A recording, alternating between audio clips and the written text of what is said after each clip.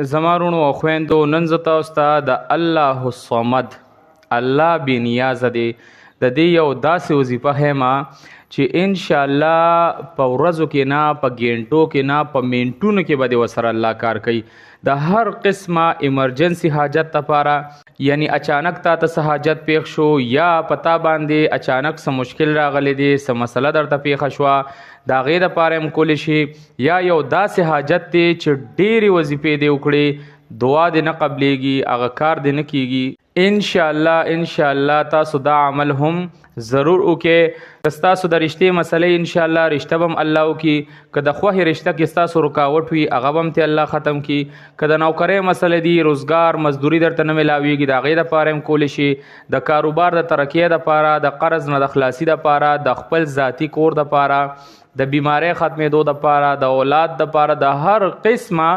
جایز حاجت پوره کېدو دپاره تاسو په دې عمل سوال کولی شئ او انشاءالله د دې معجزه او د دې کمال به پخپله وګورئ که تاسو پخپله باندې یا خپلو بچو ته په ناظره باندې په تجوید باندې یا حفظ باندې چې کوم دی قرآن زده کول غواړئ نو موږ سره په دغې لاندې وټساپ نمبر باندې رابطه کولی شئ انشاءالله ناظره تجوید او حفظ به ورته هم ښایو او ورسره به نور دینی مسائل او اخلاق او آداب هم ښایو نو زمارونو خویندو د عمل مکمل طریقه درته هیمه او دا تاسو لږه په غور واورئ د دې طریقه لږه بدله ده خاص په دغې طریقې سره به کوئ یقین به تاسو پوخ ساتئ او ښه په اخلاص سره نو بیا به انشاءالله تاسو ته د دې فایده 100% میلاویږي که یقین دې پوخ نه وي عمل دې په اخلاص سره ونکو صحیح طریقې سره دې ونکو نو بیا هغه عمل ته صحیح فایده نه درکوي ورسره د 15 وخت مونځ خیال ساتئ د هر قسمه ګناه نه د حرام کارونو خاص کر د کبیره ګناهونو نه یعنی د غټو ګناهونو نه ورسره ځان ساتئ بیا به انشاءالله ستاسو وظیفه هم کار کوي ستاسو دعا کې به هم اثر وي او ستاسو هر یو عمل به انشاءالله هغه فایده تاسو ته درکوي نو د عمل مکمل طریقه زه تاسو ته هیمه تاسو به داسې وکړئ چې دا عمل تاسو په کومه ورځ کوئ نو کولی شئ یعنی ورځ د دې دپاره خاص نه ده وخت د دې دپاره خاص نه دی خو د ټولو نه بهترین او ښه وخت د دې عمل دپاره د نیمې شپې د تهجد وخت دی صحیح شو که دغه وخت څوک کولی شي پاسېدی شي نو ډیره زیاته بهتره ده او که بیا هم داسې څوک وي چې د هغه څه مجبوري ده نشي پاسېدی دغه وخت دا عمل نشي کولی نو هغه چې بیا څه ټیم دا عمل کوي نو ودې کې صرف په مکروه وخت کې به نه کوي او دا خبره پکې یاد ساتئ چې داسې ځای کې او داسې وخت کې دا عمل وکړئ چې هغه ځای کې نه تاسو سره نور څوک خلک وي او نه هغه وخت چې کوم دی تاسو څه دنیاوي څه خبرې اترې یا دنیاوي څه کار وکړئ یعنې چې ستاسو ټوله توجه بس الله طرف ته او دی عمل طرف ته نو د ټولو ناول به ښه خشته او 10 چاردام وکړي او بیا به تاسو په مصله باندې ودرېږئ د ټولو ناول به 2 رکعاته صلات حاجت نفل ښه ساده نفل وکړي په خپل ځای باندې به کښېنئ او د دې نه پس په بیا ته دا عمل کې د الله الصمد دا په دې خاص طریقې سره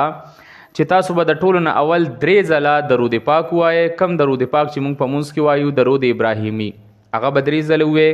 د هغې نه پس په سیده لاړ شئ سجدې له چې لاړې سجده کې به تاسو قل هو الله احد صورت شروع کې دې طریقې سره قل هو الله احد الله الصمد چې دا الله الصمد دی وی نو دا الله الصمد به بیا یو شان وی 21 ځله داسې قل هو الله احد الله الصمد الله الصمد الله الصمد الله الصمد دا تاسو په سجده کې د ګوتو په دې بندونو شمارلی شئ چې 21 ځله دې پوره کړه او به لم یلد ولم یولد ولم یکن له کفوا احد بیا به سوره اخلاص مکمل کې او سجدې نه به سر اوچت کې او بیا به تاسو په خپل ځای کښېنئ او عمدغه قل هو الله احد به دې طریقې سره شروع کې قل هو الله احد بیا به همغه شان الله الصمد الله الصمد الله الصمد به 21 ځله وی او چې 21 ځله الله الصمد پوره کې نو بیا ورپسې باقي سوره اخلاص لم یلد ولم یولد ولم یکن له کفوا احد دا یو ځل شو دې طریقې سره به تاسو 19 ځله ووایئ 19 ځله ها یو ځل تاسو سجده کې ووایئ 19 ځله به د سجدې نه پس ووایئ د هغې نه پس چې کله د 19 ځله دې طریقې سره سوره اخلاص ووایئ بیا به سجدې له لاړ شئ اخر کې او بیا به هغې طریقې سره سجده وکړئ چې همغه شان به سجده کې یو ځل قل هو الله احد، بیا ورپسې الله الصمد یوی ځله، بیا لم یلد ولم یولد ولم یکن له کفوا احد یو ځل وې او بیا به سر اوچت کی. په دې عمل په طریقه پوه شوې. دې طریقې سره وړاندې رستو تی یو سجده په دغه طریقې سره او میانس کې 19 ځله سوره اخلاص په دغه خاص طریقې سره. یقین په الله کا چې د سجدې نه به سر رستو اوچته او ان شاء الله هغه کار به د الله مخ کې کړی وي یا د هغې د کېدو اسباب به الله پیدا کړی وي او چې د تهجد په وخت وي نو بیا به تاسو ته ان شاء الله د دې ډیره فایده ملاویږي. د دې نه پس چې کله تاسو دا عمل پوره کړو الله تعالی سونه اوچت کا او خف فریاد وکړه الله ته، خپ اخلاص او توجه سره او خپ زړه سره الله ته سوال وکړه د خپل حاجتونو د پاره، د خپل مشکلاتو پریشانو د پاره.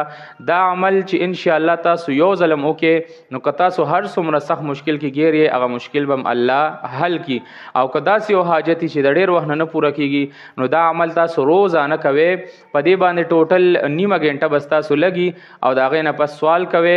ان شاء الله په یو 100 ورځو کې به الله پاک حاجت پوره کی. نو زمارو